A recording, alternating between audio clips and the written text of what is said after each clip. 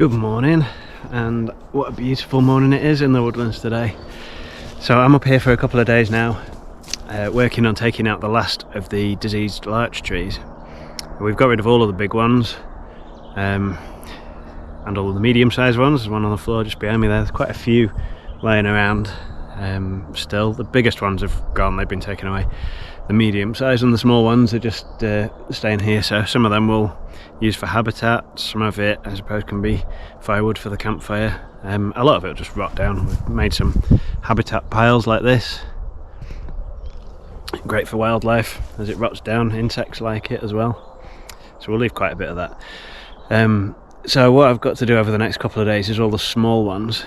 It's mostly just small ones that are left now. All of the bigger ones have gone, so we're down to ones that are sort of this kind of size, 3 or 4 inches across, that sort of thing. In fact, in that really thick area of trees that you can see behind me up there, that's where most of the smaller ones are. So this used to be a larch plantation, so all of the bigger trees were intentionally planted and grown for timber many years ago, before we owned the land. And obviously they remained when we bought the land, but the Ramorum disease came along, so we had to get rid of those.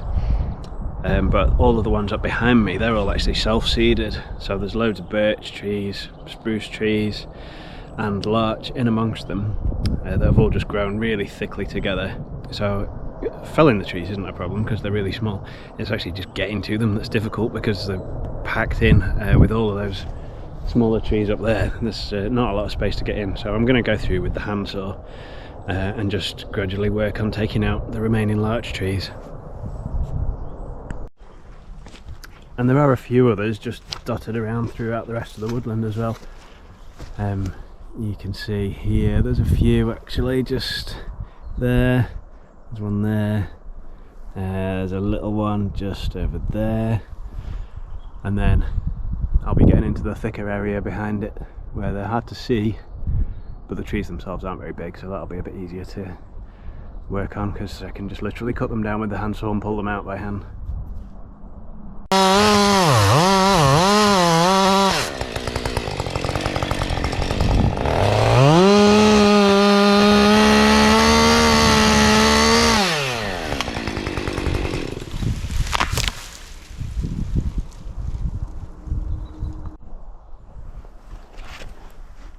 Evidence of some little visitors here. Maybe not so little. Roe deer, I think. They like to use this little pathway through the edge of the thicker area. They sort of come up here and go along that way, and then they disappear, sometimes down that way, sometimes over there on the way through the woodland. Nice to have the wildlife around, but the deer do like to destroy the trees as well, especially young stuff. As soon as you plant anything, unless it's protected, the deer just eat it. It's just gone. But it's still nice to see them around. So I'm starting to get into the thicker area now. I don't know if it shows up really well on the video or not, but it's really densely packed here with mostly small trees, a few bigger ones like that. Quite a mixture of trees in here. There's quite a lot of birch. Most of the thinner ones that you can see over here, they're birch trees. And then there's some spruce in here, a few hollies. Don't know if you can see it or not, there's some holly there. And then some larch trees just mixed in amongst it. You can see here actually where I felled one of the bigger larch trees. That's probably the biggest tree that was in this section. Mostly small because there's not much, because they're also tightly cramped together. They don't really get to grow very wide, but they grow tall instead, so they're all fighting to get to the light. So you get a lot of tall, thin trees like this. So thinning this area out will actually allow some of the trees to remain and grow thicker. So I'll probably do that. I'm going to take out the larch first, but then over the next couple of years we'll probably thin this area out a bit more. Leave some of the trees that are in here, probably some of the birch trees, couple of the spruce as well, possibly, but thin it out to just let them grow bigger. Anyway, I'm getting distracted, so back to cutting down the larch. So I've done some trees, cut down quite a few of the smaller ones. It's quite a lot of work, so I'm having a break and a drink for a little bit now, and then back to it, do some more this afternoon. Alright, while I have my lunch, you can watch some beautiful, peaceful woodland scenes.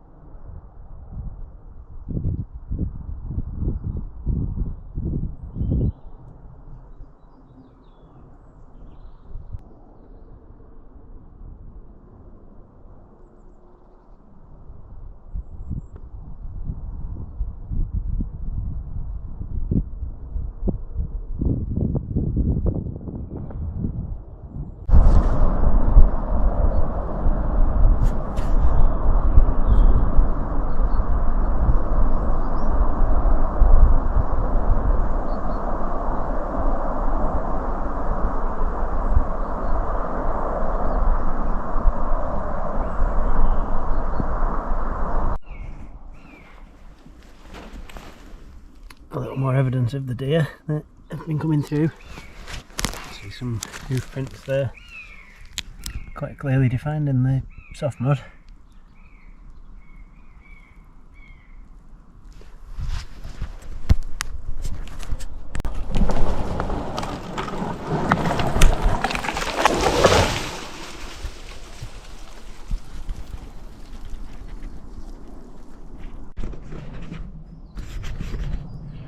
So I've done this little area now. There's quite a few larch trees here. You can see there's one of the log piles that I got from them. Another one, another couple over there as well, and a bit of daylight down in this area now. It was crammed together like that before, and you can see some of the remains of the trees that I haven't finished dealing with yet. Just here, I'm going to do that next. But this should help some of these trees grow a bit bigger, the ones that are left. So there's some birch, some spruce type trees in there.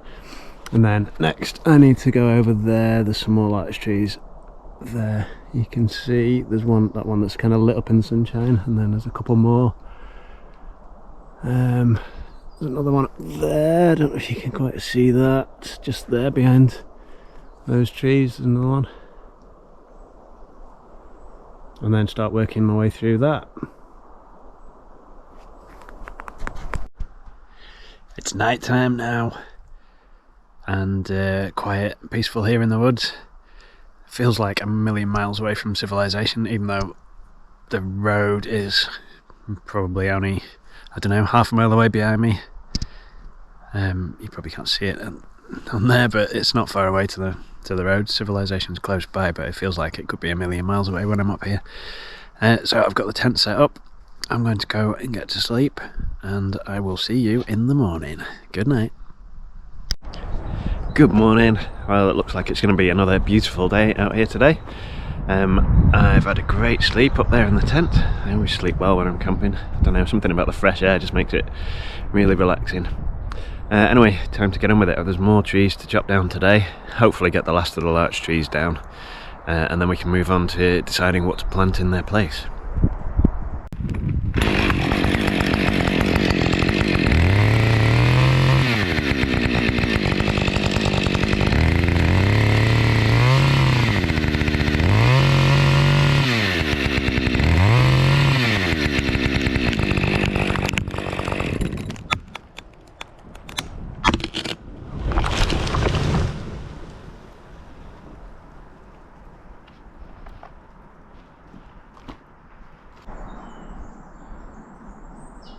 Here's one of the log piles for the larch that I've felled. Quite a few actually. There's quite a Quite a lot of larch trees in here. You can see a couple more of the piles down there, and lots of the remnants that I haven't finished clearing up yet. I'm not going to clear all of it up. I'll leave some of this stuff lying around because it's great habitat for all sorts of wildlife. Some more up there, but I will clear some of it up as well so that the pathways are clear and we can get around easily, so that we can get back into plant. And then this is where I'm working through at the moment. So most of these are not actually larch trees, but there are a few. That one that's leaning kind of there, that's one, and then there's a few more dotted throughout, and a big one here, that thick trunk there, a tall one with no leaves on it, that's a larch tree, so that one's got to go as well. And then this area here is what it looks like after it's been thinned out, so it'll do the other trees that are still left some good. So there's a holly tree just here, and quite a lot of the rest of it is birch, some spruce with the needles still on, but it'll be good for them, gives them a bit more light, a bit more space to spread out. Now they've grown really tall and thin because they were crammed so tight together, and then now thinning out will allow them to grow a bit wider.